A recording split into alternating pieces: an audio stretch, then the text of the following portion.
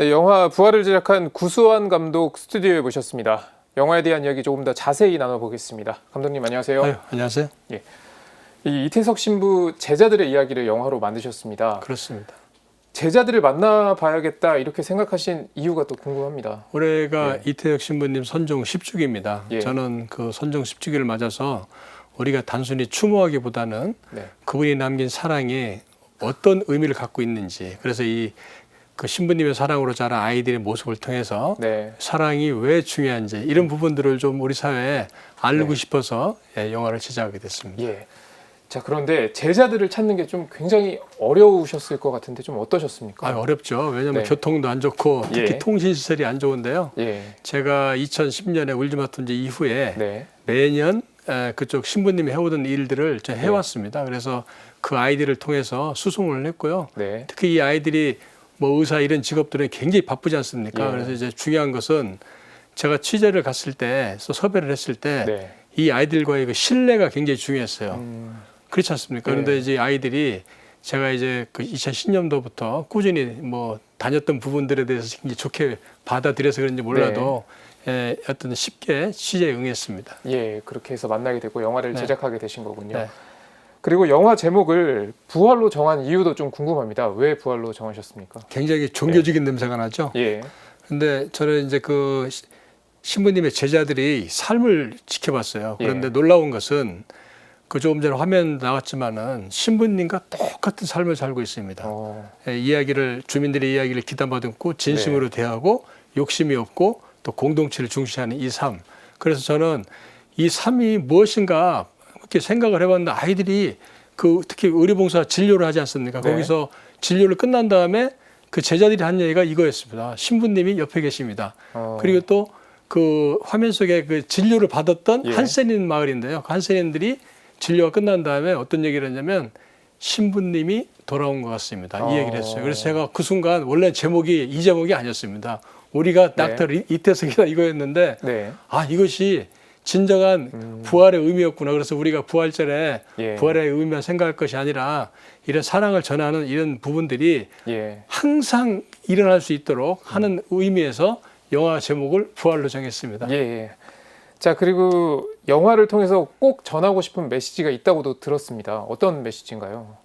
대단한 메시지가 아닙니다. 예. 어떻게 사는 것이 행복하게 사는 것인가. 신부님이 사진을 보고 또 화면을 보면은 그 열악한 상황에서도 항상 웃고 계시잖아요. 예. 저는 그래서 저 의미가 뭔지를 굉장히 생각을 많이 했어요. 네. 그런데 이 영화의 마지막 부분이 엔딩 부분이 뭐냐면요. 신부님의 묘비 뒤에 있는 한 글씨였습니다. 성경의 말씀이었어요. 네. 그게 뭐냐면 마태복음의 말씀인데요. 나오는 말씀인데 가장 보잘것없는 이에게 해준 것이 나에게 해준 것이다. 예. 저는 사실 이 얘기가 처음에 뭔지를 몰랐는데 그것이 제가 조금 전에 말씀드렸던 고발 프로그램을 30년 동안 지탱해준 힘이었어요.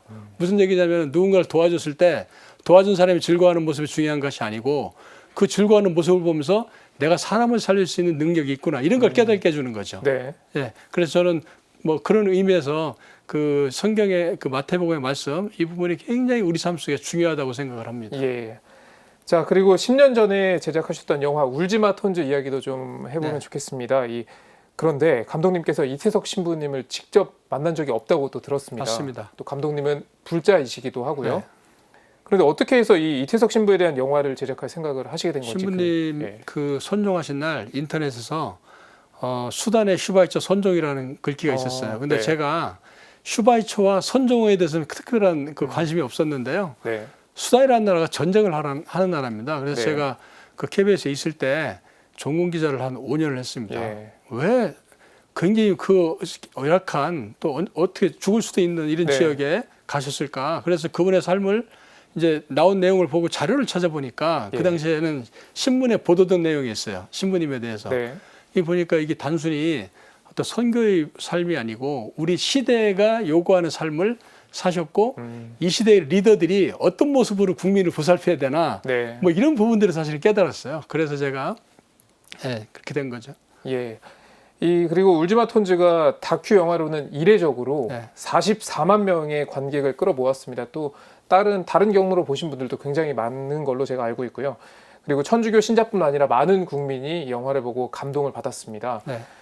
이태석 신부의 어떤 점이 좀 사람들에게 이런 감동과 울림을 줬다고 보십니까? 제가 이렇게 국경 이념을 초월해서 예. 신부님의 삶에 빠져드는 부분이 궁금해서 미국에 있는 그 유명한 리더십센터에 그 테이블 영어로 번역해서 보냈습니다. 예. 거기가 어디냐면 그린리프 센터라는 데인데 네. 거기서 세계 그 전파하고 있는 리더십이 바로 서번트 리더십, 섬김의 리더십이에요. 예. 근데 거기에 있는 연구원들이 이 울지마톤주 신부님의 삶을 보면서 너무 놀라워 있어요. 뭐냐면 섬기는 지도자의 정확한 사례라고 하면서 저한테 어떤 부탁을 했냐면 이태석 신부님을 절대 영웅으로 만들면 안 된다. 왜 그렇습니까? 그랬더니 이태석 신부님은 예수님의 사랑을 실천하시는 분이다. 이제 이런 얘기를 했어요. 네. 그런데 그 실천이 아이들을 통해서 또 전파되는 이런 부분들을 보면서 정말 저는 굉장히 이게 단순하게 다큐멘터리가 제가 어떻게 이렇게 살아야 되겠구나 하는 이런 부분을 느꼈고요. 그래서 이제 이 영화의 주제는 대단한 주제가 아니고 행복한 삶. 예. 이 시대에 어떻게 사는 것이 행복하게 사는 것인가 이야기를 좀 말하고 있다고 정리할 수 있겠습니다. 예. 많은 분들이 영화를 직접 보시고 그런 메시지를 많이 느꼈으면 좋겠습니다. 네. 오늘 여기까지 듣도록 하겠습니다. 네, 지금까지 영화 부활을 제작한 구수한 감독 만나봤습니다. 감독님 오늘 말씀 고맙습니다. 감사합니다.